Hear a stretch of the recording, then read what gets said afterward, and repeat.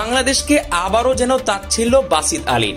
দেখছেন tiger bowling এর বিপক্ষে বিরাট কোহলির ডাবল সেঞ্চুরির সম্ভাবনা। পাকিস্তান সিরিজের আগে বাসিত বলেছিলেন, বৃষ্টি ছাড়া বাংলাদেশকে পাকিস্তানের কাছে হারের হাত থেকে কেউই বাঁচাতে পারবে না। তবে সেই সিরিজে পাকিস্তান পাত্তাই পায়নি বাংলাদেশের কাছে, তাতেও যেন হুঁশ ফেরেনি বাসিতের। এবার আবারও বাংলাদেশকে তাচ্ছিল্য করে মন্তব্য করলেন সাবেক পাকিস্তানি এই ক্রিকেটার। বিরাট কোহলির প্রশংসা করতে গিয়ে শুধু বাংলাদেশই নয়, নিউজিল্যান্ডের বোলিং আক্রমণকেও পাত্তা দেননি বাসিত। লাল বলে ফর্মে ফিরে কোহলি এই দুই সিরিজে শুধু সেঞ্চুরি হাঁকিয়ে ক্ষান্ত নয়, ডাবল সেঞ্চুরি হাঁকাবেন বলে বিশ্বাস বাসিতের।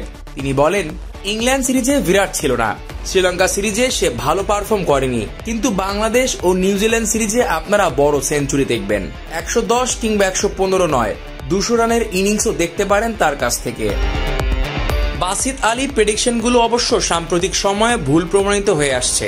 পাকিস্তান বাংলাদেশ টেস্ট সিরিজ শুরুর আগে বাসিত বলেছিলেন, শুধু বৃষ্টি পারে বাংলাদেশকে বাঁচাতে, এছাড়া পাকিস্তানের সাথে বাংলাদেশের তুলনায় কোনো সুযোগই নেই।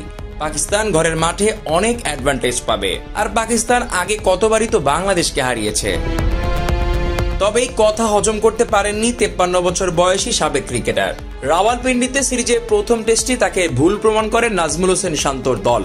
দ্বিতীয় টেস্টে হারের মুখ থেকে বাঁচতে এক পর্যায়ে বৃষ্টির সাহায্য পেতে চাইছিল পাকিস্তান। শেষ পর্যন্ত সেই ম্যাচও হারে ঘরের মাঠে হয় হোয়াইট ওয়াশ। এরপর অবশ্য ভোর পাল্টে পাকিস্তানের তীব্র সমালোচনায় মাতেন বাসিত। সে সময় তিনি বলেছিলেন, পাকিস্তানে বাংলাদেশ পাকিস্তানকে শুইয়ে দিয়েছে। 3 সেপ্টেম্বরকে পাকিস্তান ক্রিকেটের কালো দিন বললে ভুল হবে না। এবার হোয়াইট ওয়াশ হতে হলো।